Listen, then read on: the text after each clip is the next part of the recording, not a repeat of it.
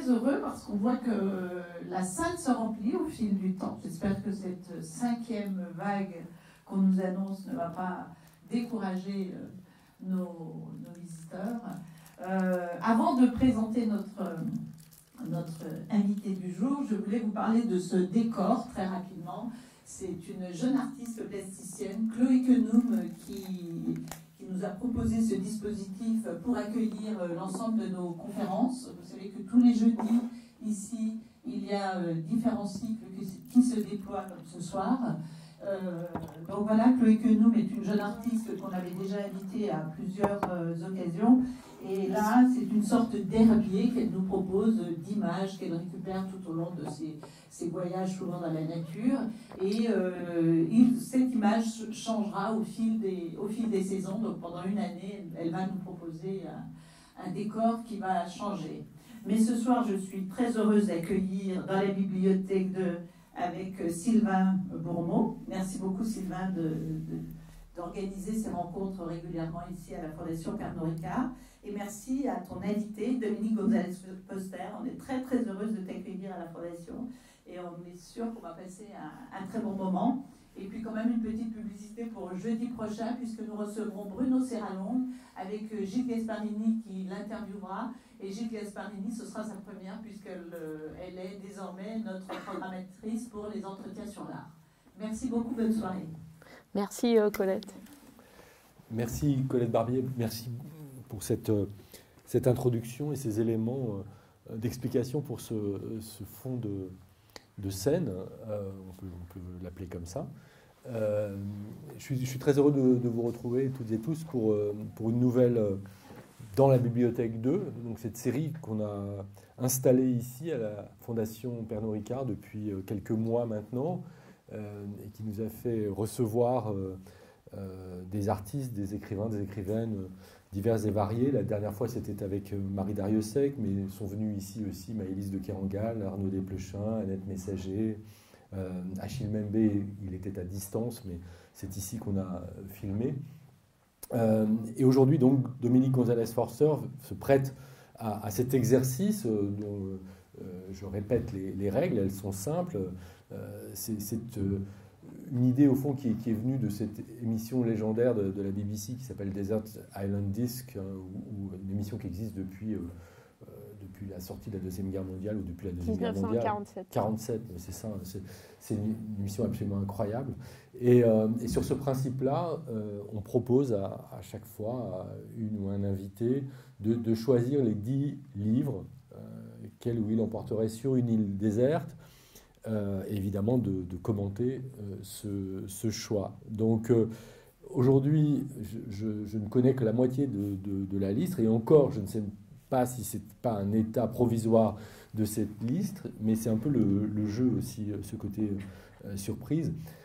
Deux mots sur Dominique Gonzalez-Forster, que vous connaissez, qui est artiste plasticienne, mais qui ne limite pas son terrain de jeu aux arts plastiques. On va la retrouver prochainement dans un autre auditorium d'une autre fondation parisienne au début du mois de décembre, à la collection Pinault, pour un concert, puisque désormais elle produit de la musique également. Ce lien à la musique, il est ancien, il est fort, lien avec le cinéma aussi. Avec le spectacle vivant, une tournée a déjà commencé à laquelle elle est associée d'un spectacle de Jean-Claude Galota, qui est un hommage à Merce Cunningham, pour lequel Rodolphe Burger a composé la musique, et Dominique a pris en charge les couleurs, c'est ce que j'ai vu sur l'affiche du spectacle. Voilà, deux mots aussi pour ajouter qu'en matière d'exposition, une exposition s'est tenue récemment dans sa galerie à Paris, et la Chambre humaine et la planète close, et qu'une expo se termine ce week-end à Bruxelles. Et puis, prochaine grande exposition, ce sera à Londres, à la Serpentine Gallery, un lieu, comme vous savez, dirigé par Hans Ulrich Obrist, avec lequel Dominique Gonzalez-Forster a mené de nombreux et longs entretiens qui ont donné lieu à publication. On les trouve d'ailleurs dans la librairie, j'en ai vu des exemplaires. J'en profite pour dire qu'il y a une très belle librairie ici, qu'on pourra se retrouver après dans cet espace. Donc merci Dominique d'avoir accepté d'être là ce soir. Avant d'entrer dans dans la liste des livres, question un peu rituelle, mais je connais déjà en partie la réponse. J'imagine que ça n'a pas été facile. En tous les cas, j'en suis là. Dans le dernier échange de mails qu'on a eu, c'était ça, puisque j'avais 5 titres et qu'il y avait encore besoin d'un peu de temps pour décanter, pour laisser les choses venir. Comment s'est passé ce travail de choix? Oh là là, ça fait 10 jours que j'y pense et j'ai bien failli venir les mains vides. Je m'explique.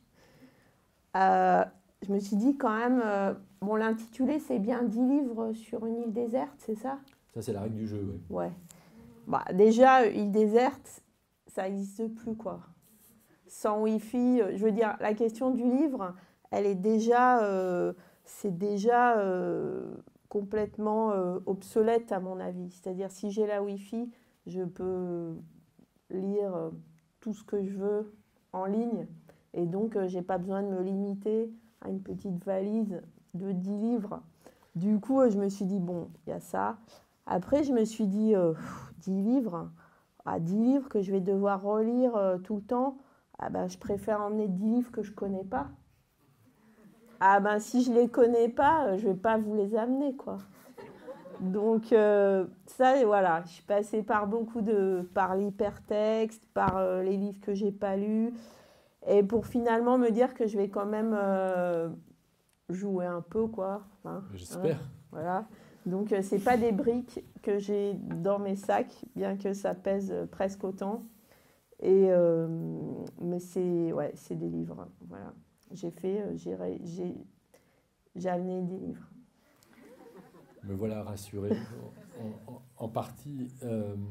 Bon, si vous êtes là ce soir, c'est vraiment pas un hasard. On essaye avec cette liste, parce que nous aussi on fait une liste d'invités, de proposer quelque chose qui fait sens, qui est cohérent, d'abord en proposant à des gens dont on apprécie le travail d'être là, et aussi à des gens dont on se dit qu'ils entretiennent un rapport particulier au livre. Alors, s'agissant du monde de l'art contemporain, certains artistes ont un rapport très étroit à la littérature, d'autres moins. D'ailleurs, c'est ce qui nous intéresse aussi avec cette série, c'est qu'un livre, c'est pas forcément fait pour être lu de A à Z. On peut entretenir des tas de relations différentes. Je pense à ça parce que quand Annette Messager est venue ici, elle nous expliquait qu'elle adorait poser les livres par terre chez elle et avoir ce type de rapport avec un livre ouvert pendant des fois des mois, ce qui n'est pas la même chose que de le lire de A à Z. Donc, bon, cela dit, je sais que vous entretenez un rapport à la littérature très, très étroit depuis longtemps qui nourrit votre travail. Et ce que je voulais savoir avant qu'on entre dans ces livres, c'est comment ce rapport s'était, au fond, historiquement construit. Parce que je vous ai souvent entendu parler de la façon dont vous avez, assez jeune, vu des expositions, été nourri par le spectacle vivant. Mais je vous ai beaucoup plus rarement entendu parler de première lecture, de lecture marquante. Ok, ma première lecture, ma première sensation de lecture, et je pense celle qui origine tout mon appétit futur, c'est, je pense que c'est, je sais pas, je dois avoir 5-6 ans, et je sais que je suis allongée sur le ventre, sur un matelas qui est par terre, puisque moi j'ai grandi, on n'avait pas des lits en hauteur, on avait des matelas par terre et des bibliothèques qui étaient faites avec des briques, quoi. Donc je lis un Pomme d'Api, et je lis pas encore, je sais pas que je sais lire. Et il y a une petite bande dessinée avec des histoires d'Indiens, quoi. Et puis je comprends, je déchiffre, quoi. Je comprends que j'arrive à lire. Et c'est tellement un moment important pour moi, ce déchiffrement, quoi. Je pense que c'est un peu un côté Champollion, quoi. C'est-à-dire, c'est vraiment une révélation, en fait, que ensuite je dévore. Je le dis parce que c'est vraiment, c'est ça, quoi. Je m'arrête plus de lire à tel point que, et c'est en toute, chacun ses trucs, quoi. Mais moi, je vais beaucoup à la bibliothèque et le bibliothécaire finit par me faire passer à la bibliothèque adulte parce que j'ai tout lu. Épuisé de livres pour enfants. Et bibliothécaire génial à qui j'ai Jean-Pierre Nouet, que j'ai envie de citer là, parce qu'ensuite je le retrouve aux Beaux-Arts de Grenoble. Et ça va devenir vraiment un complice, quoi. Moi, aux Beaux-Arts... Dans un rôle de bibliothécaire aussi? Ah ouais. Donc il est passé de la bibliothèque de la Villeneuve de Grenoble aux Beaux-Arts de Grenoble. Et en fait, même aux Beaux-Arts, je passe mon temps dans la bibliothèque. Et la première petite exposition, enfin œuvre-exposition que j'ai conçue, qui s'appelait Mouchoirs abstraits, c'est pour ça que j'avais très envie de voir... Enfin, j'ai toujours un intérêt pour l'abstraction. Elle se passe dans une petite salle que j'ai blanchie quoi, pour en faire un white space dans la bibliothèque, en fait. Pour dire à quel point, pour moi, aucune des salles, aucun des ateliers des beaux-arts n'exerçait autant d'attraction que la bibliothèque. Ça veut dire, parce que ce souvenir de première lecture, entre guillemets, est très fort et associé à un lieu, à une situation. Ouais, une sensation. Et ensuite, le deuxième truc très très fort, c'est que je lis 20 milieux sous les mers en format de poche. Donc c'est mon premier livre de poche. C'est plus un format, et ça c'est déjà, je sais pas, vers 7-8 ans, c'est pas un livre pour enfants, quoi. C'est vraiment un livre de poche. Bon, il y a les gravures, c'est l'édition avec les gravures, mais c'est quand même un livre de poche. Et là, je me dis, là, il se passe vraiment quelque chose aussi, quoi. Et après, quand je commence à piocher dans la bibliothèque de mes parents, les bibliothèques de mes parents, parce que ma mère et mon père ont des bibliothèques différentes, et que du coup, j'ai accès aussi à des connaissances et à des expériences qui ne sont pas de mon âge, en fait, que je rentre dans des choses complètement... ma mère avait une bibliothèque, on va dire, très féministe, et mon père assez politique et beaucoup de science-fiction. Et là, c'est pareil, je lis tout ce que je peux, quoi.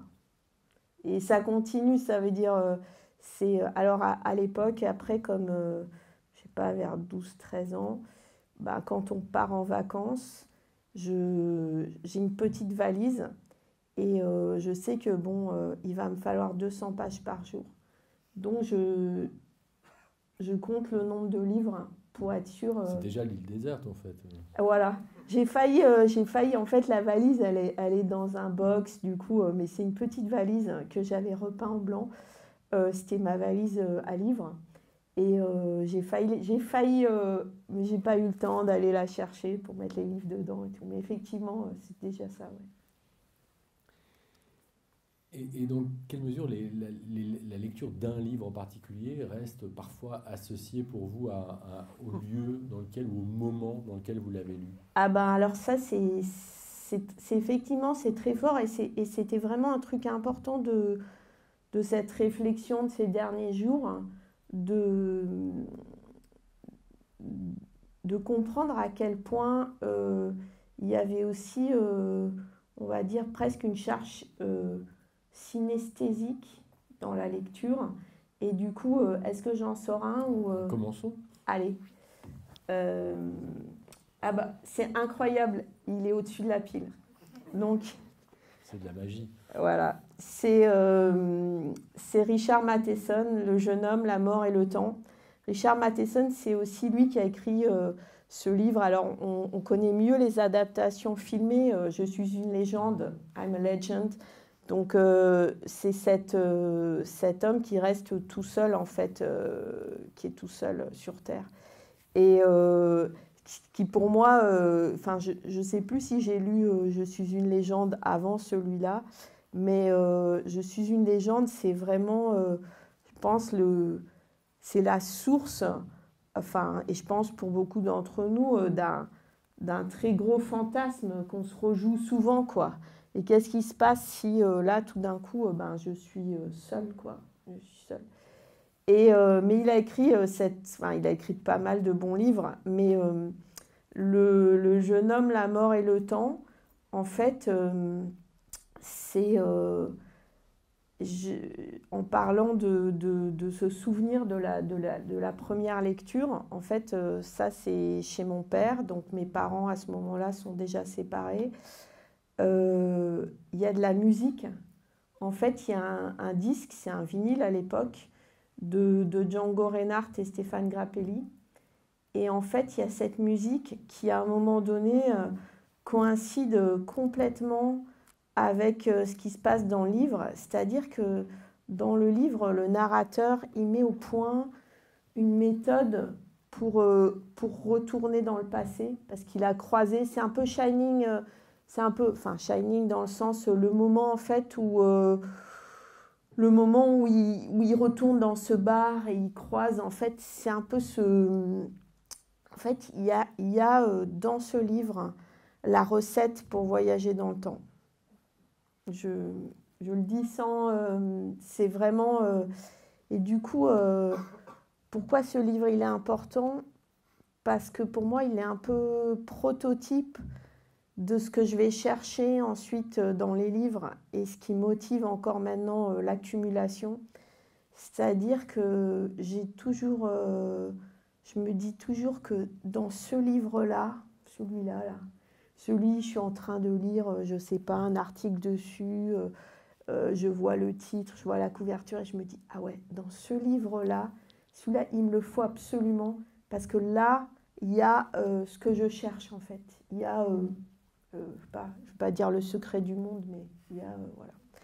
Donc, là, ce qui est incroyable, c'est qu'en fait, il trouve un moyen de voyager dans le temps.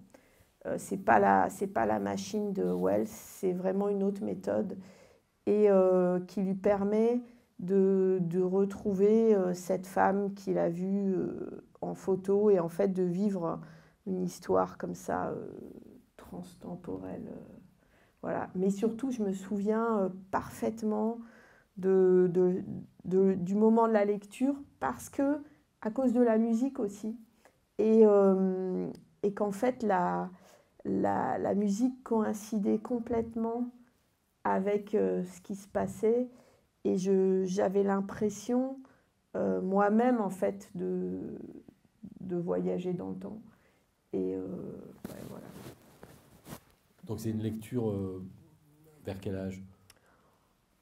Ça, je pense que je dirais 13-14 ans. Et avec le sentiment que ce livre appartient à ce genre qu'on appelle la science-fiction, et comment c'était perçu Alors, ça? ce qui est super spécial dans celui-là, c'est qu'en fait, c'est plutôt, on va dire, de la rétro-science-fiction. Parce qu'il n'y a pas d'avancée dans le futur, en fait. Il recule plutôt. Et du coup, c'est pas... ce livre, il était entre les livres de Ballard, de Philippe Cadic, de tout ça, mais il était très particulier parce qu'en fait, son rapport au futur, c'était un rapport au passé. Et sa dimension SF, c'était en fait de permettre cette circulation. Mais ma question, c'était plutôt qu'est-ce que c'était que la science-fiction? Parce que on parle d'une époque, on a le même âge, où c'était de la sous-littérature pour beaucoup de gens. Non, pour moi, c'était... en fait, pendant longtemps, j'ai considéré que tout le reste, c'était de la sous-littérature. C'est-à-dire qu'en fait, moi, j'ai vraiment commencé avec du coup, Jules Verne, quoi. J'ai vraiment commencé avec la science-fiction et je me suis beaucoup, beaucoup ennuyée à essayer de lire autre chose. C'est-à-dire que pour moi, une littérature qui n'était pas spéculative, d'anticipation, qui ne mettait pas en jeu le réel, le langage, c'était complètement ennuyeux, quoi. J'avais aucune patience et j'en ai toujours assez peu pour les récits de je sais pas quoi. Enfin, ça me... Moi j'ai l'impression que quand je lis, je cherche... déjà, il y a quelque chose qui travaille, quoi, et du coup, il faut des nouvelles données, quoi. Et si je tombe dans, on va dire, dans le pot de la, je sais pas quoi, moi, je sais pas même pas comment décrire. Il y a un nombre hallucinant de livres qui me tombent juste des mains parce que il n'y a pas ni d'invention, ni de... Ça veut dire qu'il y a beaucoup de livres de science-fiction dans la pile. Alors, qu'est-ce qu'il y a encore dans la pile? On va voir. Bon, voilà, je vais prendre comme ça. Hein. Alors, pour ceux qui n'ont jamais lu Neige de Anna Kavan, c'est sûrement de ces... Parce que là, on parle d'un livre lu il y a très très longtemps. Et Neige, en fait, je crois que c'était il y a 2 ans. J'étais vraiment très étonnée, en fait. Ça, c'est génial quand on tombe sur des... des fois, on a des amis qui nous disent un truc et qui disent « Ah là là, je t'envie de ne pas connaître ce livre, quoi.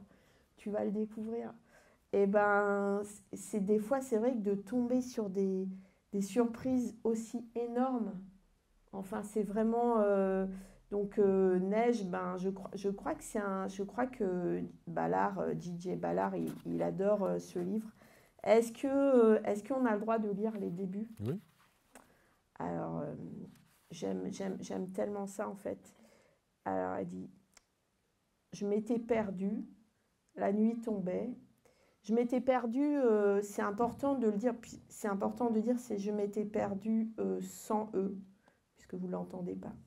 Je m'étais perdue, la nuit tombait, ça faisait des heures que je roulais et je n'avais pratiquement plus d'essence. L'idée de rester en panne dans l'obscurité au milieu de ces collines désertes m'épouvantait. Aussi fut-ce avec soulagement que j'aperçus un panneau et que je m'arrêtai devant un garage. Lorsque je baissai la vitre pour parler au pompiste, l'air du dehors était si froid que je remontai mon col. Tout en faisant le plein, il commenta le temps. Jamais vu un froid pareil en cette saison. La météo dit qu'on est bon pour un sacré gel. J'avais passé la plus grande partie de ma vie à l'étranger, à vivre la vie des soldats ou à explorer des contrées lointaines, mais bien que je revinsse des tropiques et que le mot de gel évoqua peu de choses pour moi, je fus frappée par le mauvais présage que semblaient contenir ces paroles. Pressée de reprendre la route, je demandai le chemin du village que je cherchais. Vous ne le trouverez jamais dans le noir, il est assez loin des sentiers battus. Ces routes dans les collines sont dangereuses quand il y a du verglas. Il semblait insinuer que seul un fou conduirait dans ces conditions, ce qui n'était pas pour me déplaire. Coupant donc court à ces directives compliquées, je le payai et démarrai sans prêter attention à l'avertissement qu'il me cria « Attention au verglas ». Bon, je ne vais pas dire ce qu'il y a dans ce livre. Vous ne l'avez pas lu? Non. Ouais, je vous envie.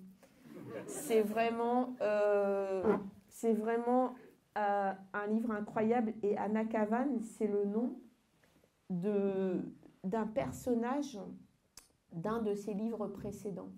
En fait, c'est une auteure qui fait d'abord tout un cycle tout un ensemble de romans et qui, à un moment donné, il y a un point de bascule, en fait, où elle part vers une radicalité et où elle choisit pour aller, en même temps, quand il y a cette bascule, donc elle choisit de prendre le nom d'un personnage d'un des livres précédents.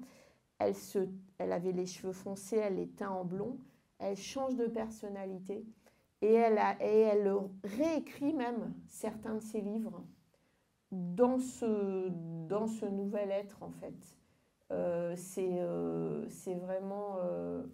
c'est devenu un livre fétiche pour moi. Elle l'a écrit quand, ce livre? À peu près Celui-là, il date des années 60, je crois. Alors, la phrase de Ballard derrière, Anna Kavan a créé un monde particulièrement lancinant, fascinant. Peu d'écrivains contemporains peuvent rivaliser avec l'intensité de sa vision. Il n'y a rien de comparable à Neige, c'est vrai. Ça donne envie. J'espère. Alors, et en plus, c'est de la science-fiction. Donc, c'est une science-fiction très, très incroyable du point de vue de la narration, incroyable à tous les points de vue. Ouais. Voilà. Moi, j'ai une passion. C'est vrai que la science-fiction est souvent super maltraitée. Beaucoup de gens pensent que c'est mal écrit. Moi, je suis complètement pas d'accord. Ça veut dire, je crois que souvent, il y a énormément de... c'est une écriture beaucoup plus inventive, généralement, et qui permet justement que ce soit, en fait, dans l'exploration de ce que peut être un être, un personnage, des relations, une sexualité, un genre, un langage. Dans la science-fiction, il y a tellement d'explorations qui sont aussi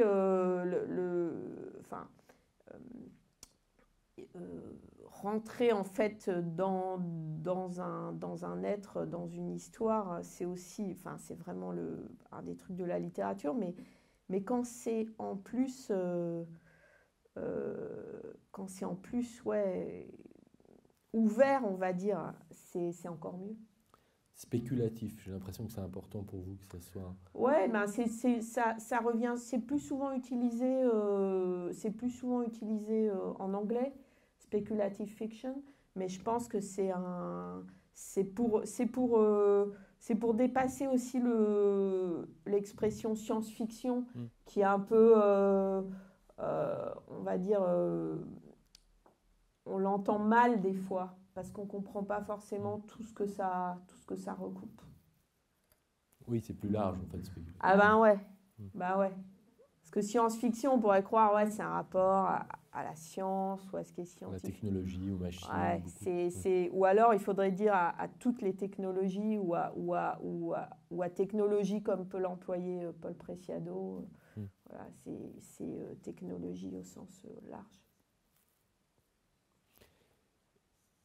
Du coup, ces dimensions spéculatives, elles vous intéressent. Je ne sais pas, peut-être on aura la réponse avec d'autres livres après, mais et comme vous venez de citer Preciado, j'y pense, mais elles vous intéressent uniquement du côté de la fiction ou aussi du côté de la pensée spéculative Complètement du côté de la pensée aussi. Parce que dans spéculation, on n'est pas loin de imagination. Et en fait, on pense que dans les facultés humaines, quoi, il y a évidemment qu'on est tous conditionnés par des rapports à la survie. Et on va dire la littérature de survie, que moi, dans ma tête, j'appelle souvent un peu la littérature essentielle. Elle me passionne aussi. Ça veut dire les textes qui ont vraiment été écrits, ouais, parce qu'il n'y avait pas de... parce que c'était la seule façon de résister. Alors, justement, ouais, où est-ce qu'il se cache? Voilà. Ça m'amène... moi, ça, c'est un livre pour moi qui est vraiment... ouais, on va dire, si j'en amenais 5, je prendrais celui-là avec moi. Donc, LTI, la langue du Troisième Reich, c'est le livre de Victor Klemperer qui est en fait son journal de résistance. Parce que dans sa décision, on va dire, à partir de, je sais plus exactement en quelle année il commence son journal, mais je crois que c'est à la fin des années 20, très tôt, non? Ouais, ou en 30. 30-31 peut-être, mais... En 33, voilà. C'est en 33. Donc, il commence en fait à noter. Alors là aussi, parce que moi, par contre, je suis nulle pour raconter les livres, quoi. Donc, c'est vraiment un truc. Il y a des gens qui sont hyper bons, genre à dire ce qu'il y a dans un livre. Moi, c'est vraiment pas mon truc. Donc, je préfère lire un tout petit bout comme ça. Ça commence. Alors, il y avait le BDM, la HJ, la DAF et encore d'innombrables sigles de ce genre. D'abord, un jeu parodique, puis immédiatement après, un pis-aller éphémère du souvenir, une espèce de nœud au mouchoir, et très vite, pour toutes les années de misère, un moyen de légitime défense, un SOS envoyé à moi-même. Voilà ce que représente le sigle LTI dans mon journal. Un sigle joliment savant, comme les expressions d'origine étrangère bien sonores que le Troisième Reich aimait à employer de temps en temps. Garant, fait plus important que Bürger, caution, et diffamieren, plus important que schlecht machen, dire du mal. Peut-être y en a-t-il aussi qui ne les comprennent pas, et sur cela, ils font autant plus d'effet. LTI, lingua tertii imperi, langue du Troisième Reich. J'ai si souvent repensé à une anecdote du vieux Berlin. Elle se trouvait probablement dans mon Glasbrenner, richement illustré, du nom de cet humoriste de la Révolution de Mars. Mais où est passée ma bibliothèque dans laquelle je pourrais vérifier?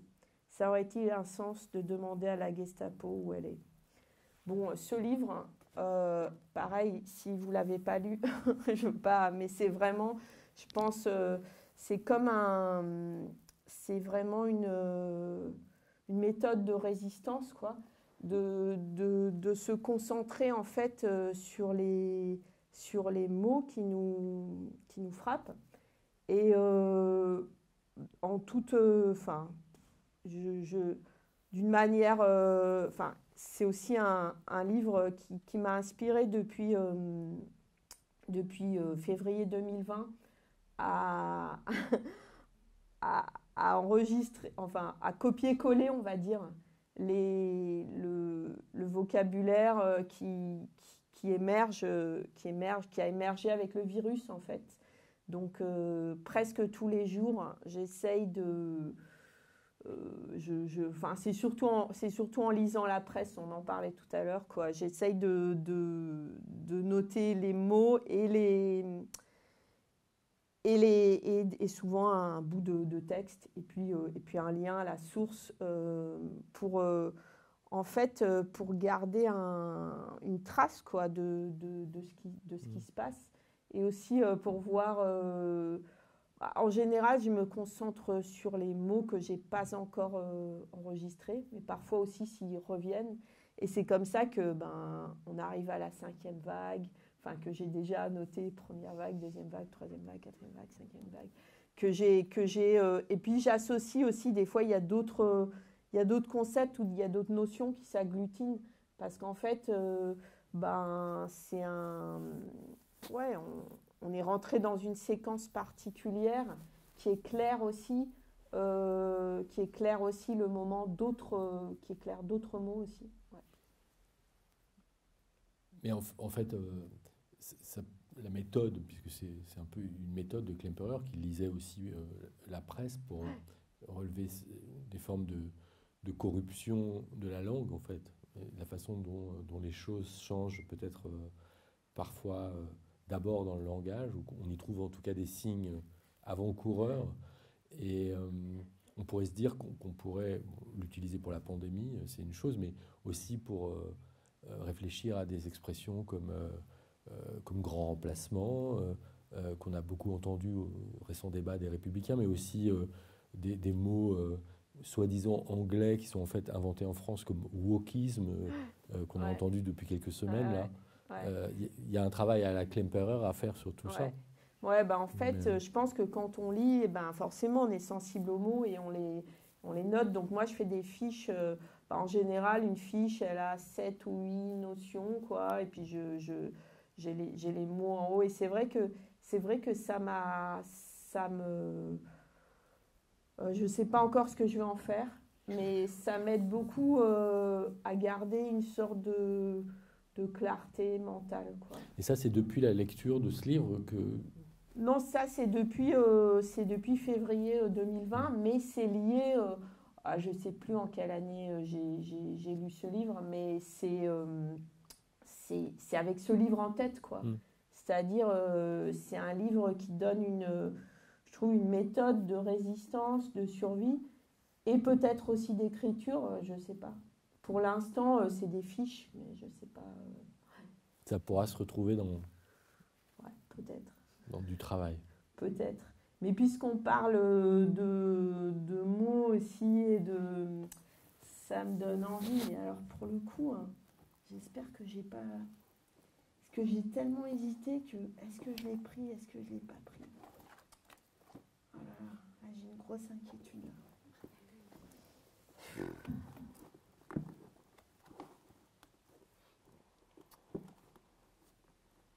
Ah non, c'est terrible, attendez. Parce qu'il y a 2 sacs en plus. Ah bah ouais, Moi, ça rentrait pas dans un je sac. Je sens que les règles du jeu vont pas être respectées ce soir. Alors... Ce serait pas la première fois, mais... Oh là là. Ah si, ouf, ils sont là. Désolée pour le suspense. Si vous connaissez pas Catherine Burdekin. Ah bon? Ah bon? Alors là, vraiment, il y a malheureusement peu de choses traduites en français. Donc c'est ce qu'en anglais on a appelé speculative fiction. Et Catherine Burdekin, sous un pseudonyme, a écrit en 1937, donc avant 1984, avant d'autres, une dystopie qui est vraiment, donc elle anticipe donc là je vous donne la phrase qui est derrière, et si l'Allemagne avait remporté la guerre, donc elle anticipe, voilà.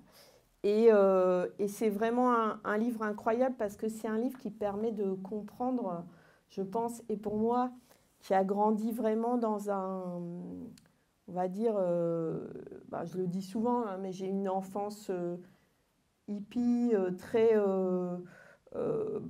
avec... pour moi, ça faisait aucun doute, puisque je lisais des textes féministes et que je lisais aussi des textes écologistes. Une partie de la science-fiction a une dimension écologiste et que, pour moi, enfin, dans les années 70, il n'y avait aucun doute qu'en 2020, on serait dans un monde vert et féministe, quoi. Il y avait... ça aurait même dû arriver plus tôt. Je vis là, je vis une dystopie, quoi, par rapport à ce que je pensais dans mon enfance. On faisait des manifs à vélo, on était... je n'arrive pas à comprendre le monde dans lequel je suis, mais du coup, ça m'a rendu aussi beaucoup plus, on va dire, j'ai compris, et je pense que le livre de Catherine Burdekin le montre très bien, que c'est la lutte, la résistance contre toutes les formes de régression, de conservatisme, d'autoritarisme, elle n'aura jamais de fin. C'est une lutte sans fin. Il vaut mieux se préparer à l'idée qu'il n'y a que des... moi, c'est comme ça maintenant que je l'ai intériorisé. Il y a des moments de diffusion d'idées, il y a des vagues, il y a des révolutions aussi, comme les appelle Paul. On vit un moment extraordinaire, Paul Preciado. Je pense, on rentre dans un temps, et je le vois avec ma fille qui est adolescente, avec ses amis trans, non-binaires, qui ont une sexualité complètement différente. On est aussi dans un questionnement du spécisme, on est aussi dans un rapport aux non-vivants différents. Il y a un ensemble de prises de conscience qui représentent réellement une révolution, mais on le sait, on est en train de le vivre aussi, il y a une réaction qui est très très violente à tous ces, on va dire, à tous ces épanouissements, à tous ces... Et je pense que c'est complètement, enfin, l'illusion que j'avais enfant, qui était aussi liée, évidemment, on était encore du point de vue de, je ne sais pas, dans le rapport au... Même si moi, je vivais dans peut-être un monde d'idées un peu séparé, mais il y avait quand même encore, c'était quand même irrigué, on va dire, par la notion de progrès, de développement. Il y avait quand même une idée, je ne sais pas, qu'il y aurait... enfin, moi, en tout cas, je pensais qu'un jour... enfin, je voyais venir assez vite un monde ouais, féministe et vert, quoi. Bon, bref. C'est pas du tout ça.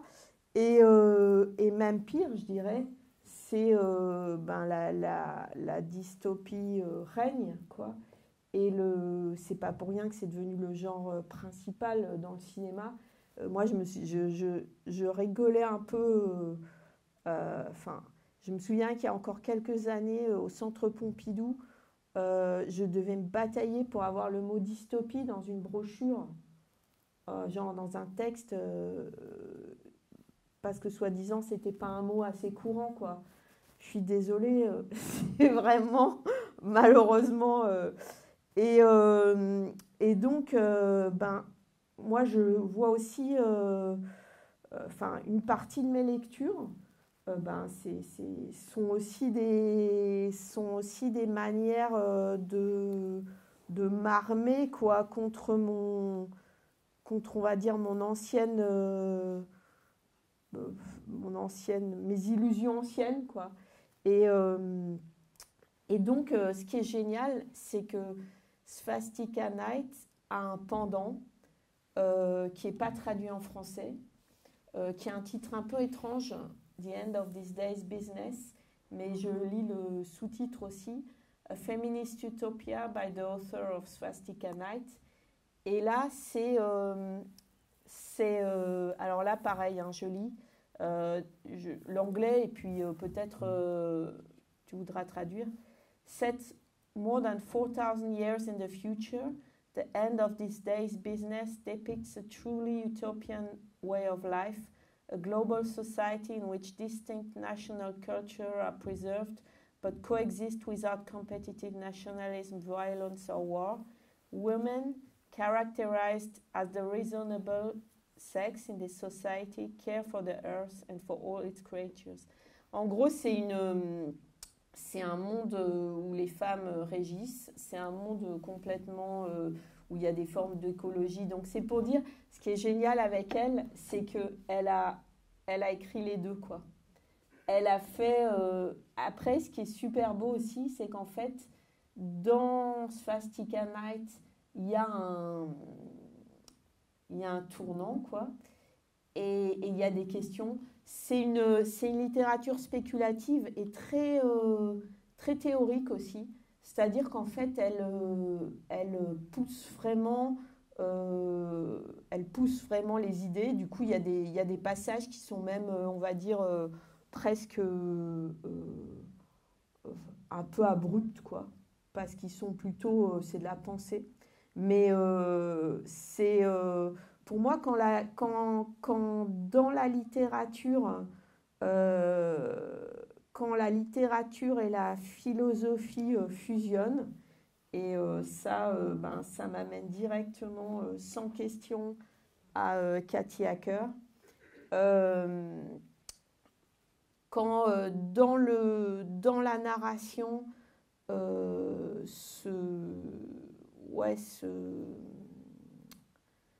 se présente la pensée, quoi. Là, je suis... donc, je lis, quoi. Et je lis et j'en peux plus de... Enfin, moi, c'est mon truc, hein. Je corne les pages. Quand je corne les pages d'excitation, beaucoup, ouais. Voilà. Là, ça veut dire qu'en gros, je trouve presque une phrase par... voilà. Et je lis aussi avec un carnet... ouais, et puis des fois j'inonde aussi le livre au début et à la fin, ça dépend.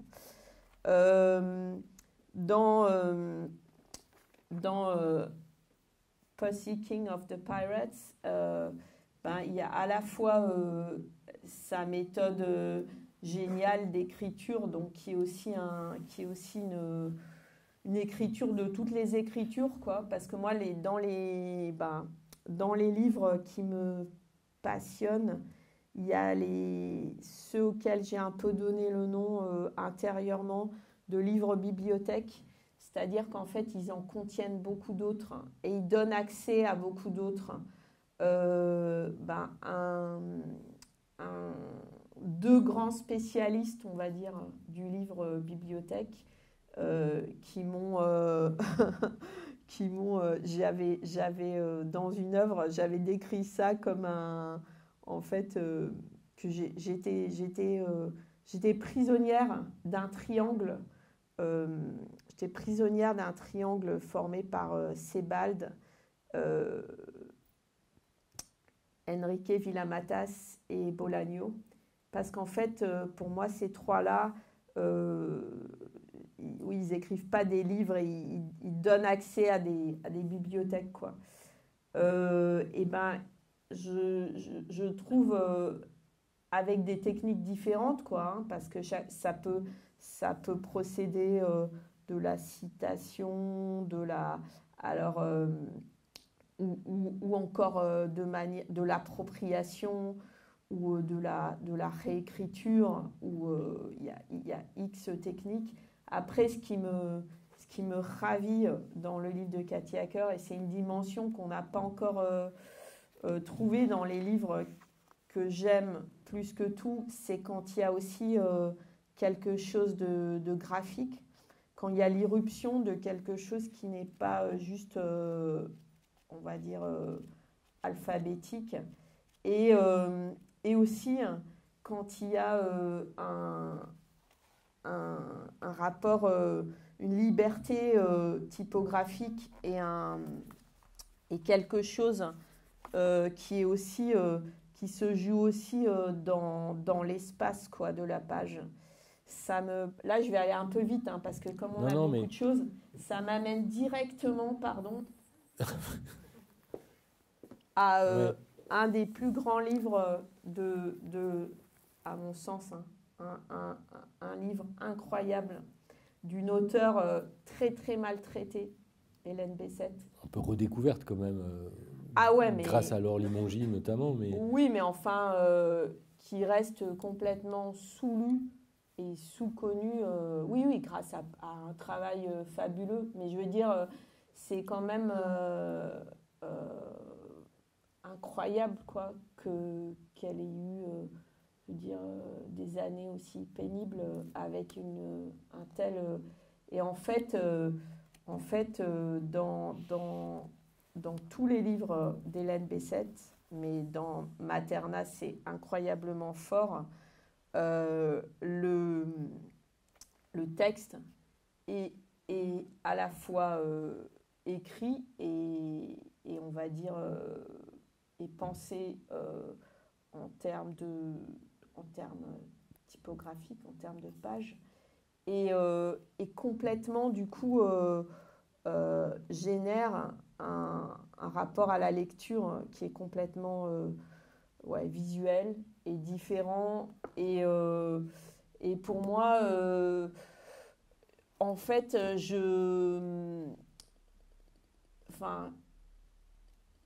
j'arrive pas à... je dirais, il y a une forme de science-fiction typographique, là. Juste un mot sur lequel je voulais m'arrêter, que vous avez utilisé à propos des œuvres de Sebald, de Bolaño et de Villamatas, cette idée de livre bibliothèque. On a parlé un peu, et vous avez dit à quel point les bibliothèques comme lieu étaient importants, mais je sais que c'est important aussi dans votre travail. Et cette idée de bibliothèque, comment, parce que là ils sont dans des sacs, mais à quoi ça ressemble les bibliothèques chez vous? Ok, j'ai la réponse. Alors, quand je déménage, le premier livre que j'installe toujours, c'est Je déballe ma bibliothèque de Walter Benjamin. Pour ceux qui n'ont jamais mis le nez dans ce livre, bah, pour moi, ça, c'est comme le cartel de la bibliothèque, quoi. C'est à la fois le méta-livre incroyable. Parce que quand même, penser la bibliothèque sans penser à Walter Benjamin, moi, je trouve que c'est difficile. Ça veut dire, c'est aussi un rapport, en fait, à la lecture-écriture. Dire toute lecture, c'est aussi dans le moment, je pense, une forme d'écriture. Et du coup, je pense que c'est peut-être ce qui relie, même si là on fait un truc très rapide, on fait un effet spécial en allant de Benjamin à Cathy Hacker, mais c'est aussi ce qui les lie, quoi. C'est-à-dire une conscience de la fonction écriture de la lecture. Et à la fois, il faut... il y a des moments où trop de lecture tue l'écriture, on va dire, mais en même temps, les livres on va dire, se produisent d'autres livres et presque s'engendrent seuls, quoi. Et donc, moi, c'était quoi la question, la bibliothèque ? À quoi elle ressemble ? À quoi elle ressemble ? Comment ils sont classés, rangés ? Ah là là, ils sont classés par en ce moment, hein, parce que j'ai eu la chance de déménager il y a 1 an et demi, donc j'ai pu repenser un peu les choses par, on va dire, à la fois par... alors, par exemple, il y a un casier journaux, un casier correspondance, un casier musique, ça, c'est pas très... Et après, il y a des étages, j'ai envie de dire, qui sont vraiment liés à des projets et du coup se rejoignent, qui sont vraiment un assemblage de travail, quoi. Comme des bibliographies, en fait. Complètement. Parce qu'en fait, la bibliographie, c'est vraiment un mode, pour moi, c'est un mode de construction et de genèse, de génération, je cherche le mot, c'est vraiment la base. Et il y a très peu d'œuvres que je n'ai pas commencé sans une bibliographie. En fait, ça commence souvent par des piles de livres. Comme un échafaudage ? Un échafaudage, non, plutôt des piles, quoi. D'ailleurs, c'est pour ça quand je ne sais plus si c'était en 2000, pour l'exposition Voilà au Musée d'Art Moderne de la Ville de Paris, qui était consacrée aux archives des artistes. Ah, moi, j'avais vraiment galéré pour... je ne savais pas trop parce que... Voilà. Et puis finalement, un jour, j'étais assise sur mon grand carré de moquette orange, là, et avec les piles de livres. Et j'ai dit, mais c'est ça, en fait. Si je veux donner une idée de comment ça opère, et ben, donc en fait, j'avais reproduit au Musée d'Art Moderne le tapis de lecture. Après, il y en a eu d'autres. Et en fait, sur le tapis de lecture, il y a une bibliographie en général qui correspond à une recherche, à un ensemble. Ouais. Mais la notion de bibliographie, ouais, elle est aussi de comment les livres, on va dire, se percutent et aussi fonctionnent ensemble, et comment en fait, quand le simple fait, on va dire, de les rapprocher, ça crée aussi quelque chose de magnétique. De faire des piles. Ah ouais, des piles et des piles. On continue. Alors, maintenant, si on veut rester dans la... Alors là, je compte pour voir à quel point... à quel point vous trichez. À quel point je vais tricher, ouais. Ok. Je voudrais, puisqu'on parle, pour continuer sur la bibliothèque, je voudrais rendre hommage à un livre que j'adore. Quelle bonne surprise. Voilà, un livre qui est pour moi un livre de livres, quoi. Et justement, qui serait hyper précieux à emporter. Parce qu'en fait, cette histoire de la littérature américaine, 1939-1989, de Pierre-Yves Pétillon, sur laquelle j'étais tombée un peu, je dirais pas par hasard, mais enfin que j'avais trouvé en librairie, et qui est un tel trésor, quoi. C'est vraiment... c'est un de mes livres préférés. C'est vraiment... et d'ailleurs, ce qui est génial, c'est qu'il continue de s'activer, puisque... il y a des auteurs que je n'avais pas lus et que je lis, et que c'est un livre de livres, quoi. C'est une chose... vous l'aimez bien aussi, là. Je vois les yeux qui brillent. J'aimais beaucoup son auteur, Pierre-Yves Pétillon, qui était professeur à l'École normale supérieure de littérature américaine. C'est lui qui a invité Toni Morrison au début des années 70 à Paris. Et Cathy Hacker qui écrivait beaucoup dans le monde sur la littérature américaine, qui a écrit Aux Inrecuptibles après, qui était quelqu'un que j'adorais croiser dans la rue, parce que c'est la seule personne que je connaissais qui lisait Le Monde en marchant dans la rue. Et il rentrait dans les arbres, il rentrait autour du jardin du Luxembourg en général, entre la rue d'Ulm et le jardin du Luxembourg, on avait des chances de rencontrer un lecteur du Monde qui était Pierre-Yves Pétillon. Ah ouais, je ne l'ai jamais rencontré, mais pendant des années, j'ai eu envie de lui écrire pour lui dire à quel point ce livre comptait pour moi. Et d'ailleurs, il a fait une préface à un livre que j'ai failli emmener, mais qui est resté à la maison, les contes de Nathanael Hawthorne. Il a fait, il y a une édition des contes. Donc, Nathanael Hawthorne, c'est lui qui a écrit La Lettre écarlate, et puis d'autres livres fabuleux, et beaucoup de contes. Et en fait, il a fait une édition où il a fait une histoire des États-Unis. Enfin, il a classé en fait les contes dans un ordre chronologique. Et du coup, il a réussi à faire une espèce d'histoire des États-Unis à travers. Et j'ai trouvé cette idée tellement brillante, quoi. J'adore ce livre. On avait un projet ensemble avec Pierre-Yves Pétillon qu'on n'a pas réussi à mener à bien, qui était de convaincre Julien Gracq de nous donner un entretien. Il se trouve que Pétillon avait été élève dans le lycée Clémenceau à Nantes, où Julien Gracq aussi a été élève, et ils avaient entretenu une correspondance pendant très longtemps. Et voilà, on avait un livre en commun qui est La forme d'une ville, qui est un livre magnifique sur Nantes. Ah ouais, mais pour moi, ce livre, d'ailleurs, je crois qu'il se trouve plus, enfin, qui est difficile à trouver. Il en condense beaucoup, quoi. Il en cite un que j'adore, parce que c'est aussi une histoire de bibliothèque. C'est L'avortement de Brotigan, dans lequel il y a une bibliothèque qui sert à accueillir les livres non publiés.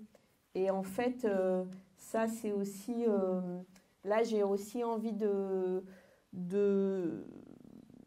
dire que les livres qui comptent ne sont pas seulement ceux qui ont été publiés, et qu'en fait, il y a aussi...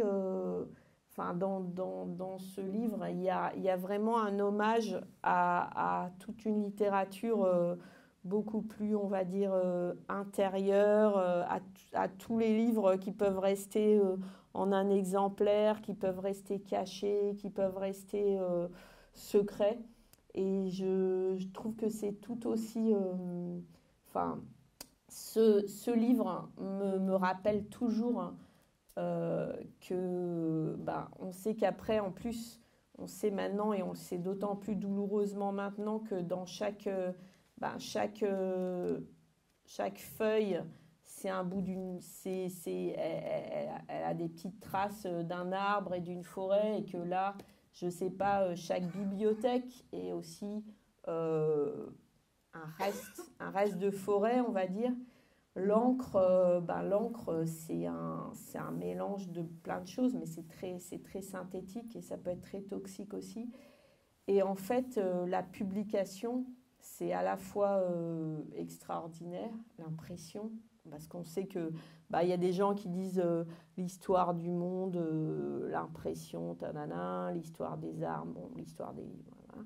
Bref, mais ouais, je pense qu'il ne faut jamais oublier la possibilité aussi qu'un livre pas publié soit une chose extraordinaire.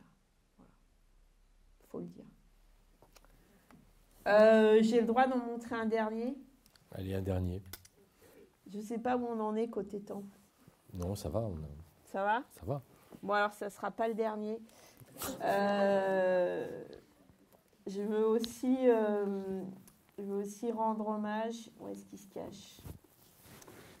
Ma fille, elle dit que c'est ma Bible.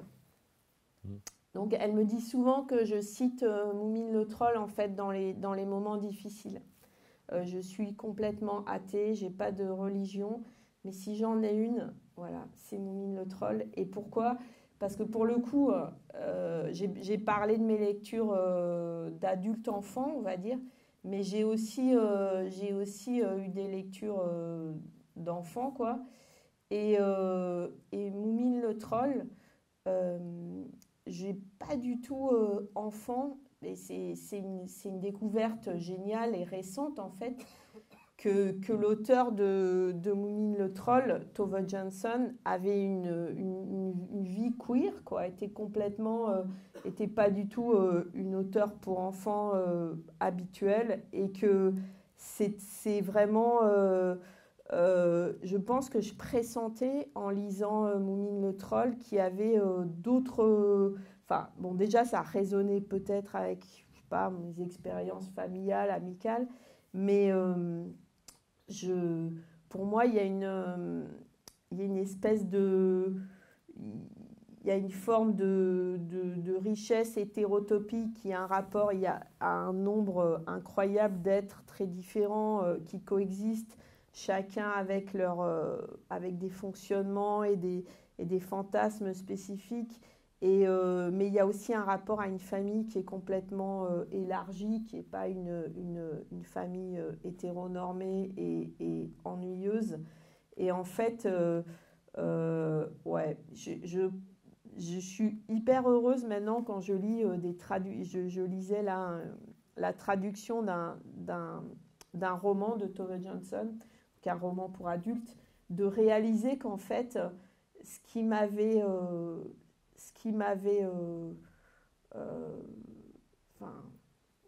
plu et formé enfant correspond à une réalité de son existence, et ce que j'avais pressenti, quoi, dans Moumine le Troll, et représente aussi une vie géniale. Voilà, dans ce que j'ai sachant pas... que c'est des livres publiés dans les années 40-50 50 ? Non, Moumine le Troll, c'est un peu plus tard, je crois. Alors, ce qui est génial aussi, là, voilà, et ça, c'est vraiment... c'est très beau parce que moi, j'adorais aussi, donc, j'adore les plans de lieux imaginaires. Il y a un livre que j'ai failli amener, mais c'est un peu facile. C'est le dictionnaire des... Très beau livre. Ouais, très beau livre. Le dictionnaire des lieux imaginaires. Et en fait, donc, je crois que c'est pour ça que j'aime aussi autant ce livre de Kathy Hackers, qui est une version un peu punk de Moumine le Troll. C'est qu'il y a ces espaces, ces hétérotopies géniales. Donc c'était l'avant-dernier ? Alors, lequel j'aurais encore envie de vous montrer ? Qu'est-ce qu'il y a au fond ? Après, il y en a, je les ai cités, hein. Du coup, je les sors parce que, les détectives sauvages, quand je parlais de Bolaño, Bolaño, ouais. Quand on parle de livres bibliothèque, les détectives sauvages, c'est vraiment... l'expérience de lire les détectives sauvages pour la première fois, je pense que c'est une grande expérience de lecture avec toutes les autres. Et je la dois à mon ami Enrique Villamatas, Enrique, en fait, c'est aussi un truc que je raconte souvent et ça le fait rigoler, mais pendant des années, je voyais ses livres et je me disais, oh là là, encore du réalisme magique sud-américain. Et j'avais pas du tout envie de lire ses livres. Et après la naissance de ma fille, je suis tombée un jour, je sais pas, j'avais Paris ne finit jamais. Et là, j'ai compris que c'était tout autre chose. Et surtout, c'est vraiment, d'abord, c'est le livre qui m'a redonné le désir de Paris, quoi, parce qu'il raconte Paris tellement différemment et que Paris devient le lieu de tellement d'autres livres, de rencontres. Je me souviens qu'il y a Kozarinski, ben évidemment, il habite dans la chambre que lui prête Marguerite Duras, qui aurait plus que sa place dans... Voilà, mais donc elle arrive par Enrique. Et en fait, suite à cette lecture, on l'a invité avec Anne-Soulrich Aubrist à Grenade. Il y avait aussi un tapis de lecture. Et puis, on a commencé une conversation quoi, qui a débouché sur plein de choses, sur le fait qu'il devienne à un moment un peu presque moi j'ai dit ma pitié, ma boussole, quoi. C'est-à-dire qu'en fait, des indices qu'il me donnait, parfois sans le savoir, c'est ce qu'il raconte dans Marine Bad électrique, sont devenus, ont permis à des œuvres de se matérialiser.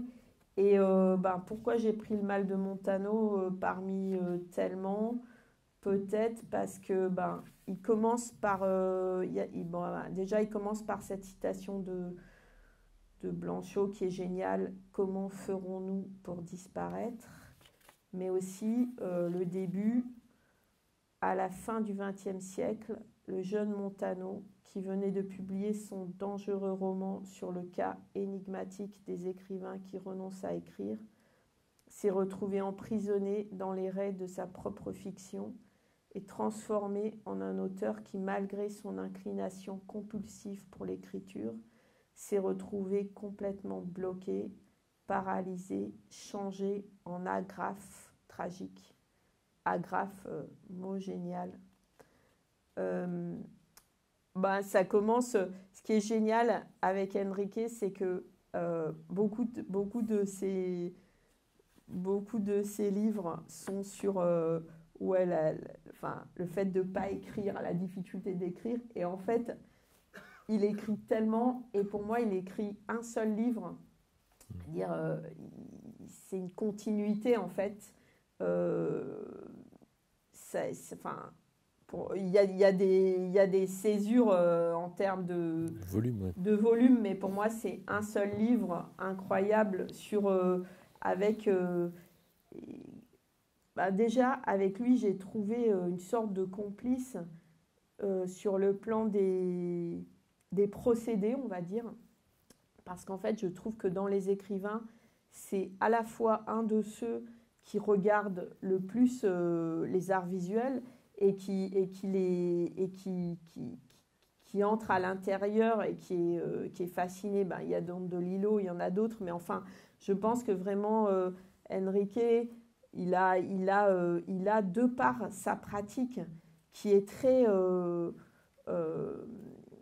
où l'énonciation et le jeu avec le rapport au temps et la construction du récit, la construction, on va dire, performative du récit, il y a quelque chose qui est très proche de ce que font beaucoup d'artistes.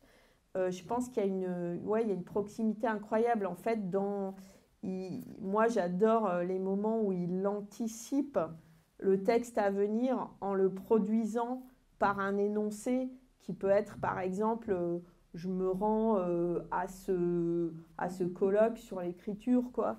Et en fait, là, ça paraît un peu ennuyeux comme ça, mais vous voyez où je veux en venir. C'est une manière de produire du texte dans une agglomération du réel, du langage, de la rencontre qui est incroyable. Voilà. Merci beaucoup. On arrête là alors. C'est déjà Bon, ben, je sors quand même l'appartement sur Uranus de Paul. Est-ce que j'ai le droit là, de... on est dans les notes de bas de page, c'est les auteurs cités. Est-ce que j'ai le droit de finir sur une petite lecture? Très bien. Alors, fais tes cartons, ne produis rien, change de sexe, deviens le maître de ton professeur, sois l'élève de ton étudiant, sois l'amant de ton chef, sois l'animal de ton chien. Tout ce qui marche sur deux pattes est un ennemi. Prends soin de ton infirmière. Entre dans une prison et rejoue la scène centrale de la ferme des animaux. Deviens l'assistant de sa secrétaire. Va nettoyer la maison de la femme de ménage. Prépare un cocktail pour le barman. Ferme la clinique. Pleure et ris. Abjure la religion qui t'a été donnée. Danse sur les tombes de ton cimetière secret. Change de nom. Pas aller plus loin. Je crois que c'est tout. C'est tout. Je cherche là.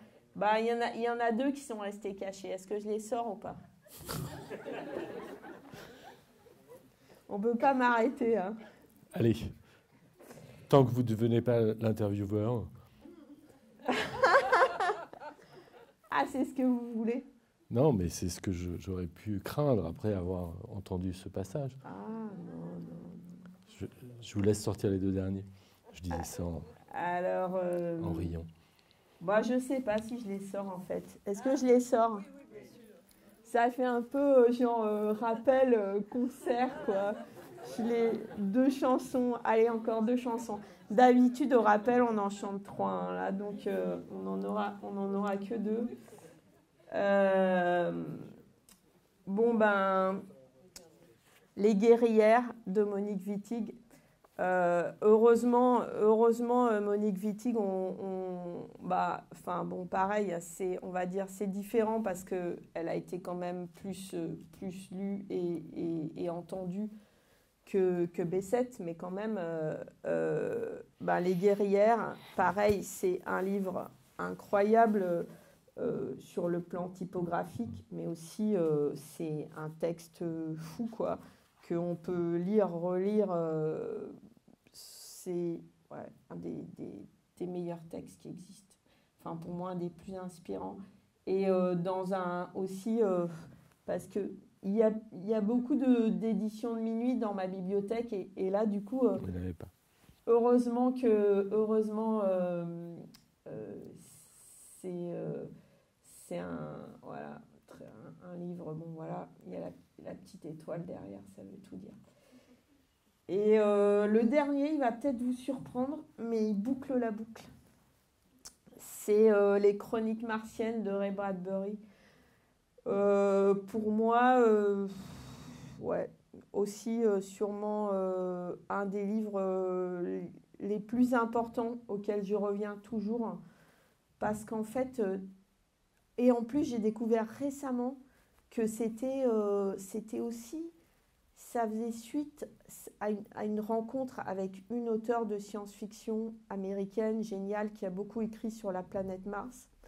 Et en fait, leurs échanges ont donné cette passion martienne à Ray Bradbury, mais le titre cache plein d'autres choses parce qu'en fait, ce qui est fou, et c'est ce qui permet, c'est comme quand on comprend ce qui se passe dans ce qui est à l'œuvre au niveau de la production de textes et de fiction dans les livres d'Enrique. Mais dans Les Chroniques martiennes, c'est le livre qui aide à réaliser, peut-être avec 1984, quand on sait comment c'est construit, que ce qu'on appelle la science-fiction ne parle essentiellement du présent, en fait. Et dans Les Chroniques martiennes, c'est l'Amérique des années 50 qui est disséquée, le racisme et toutes sortes c'est un catalogue, en fait, sur les rapports aux êtres, qu'ils soient humains, non humains, à la planète, à la colonisation. C'est vraiment... je le mets à côté de Moumine le Troll, quoi. Merci Dominique Gonzalez-Forster.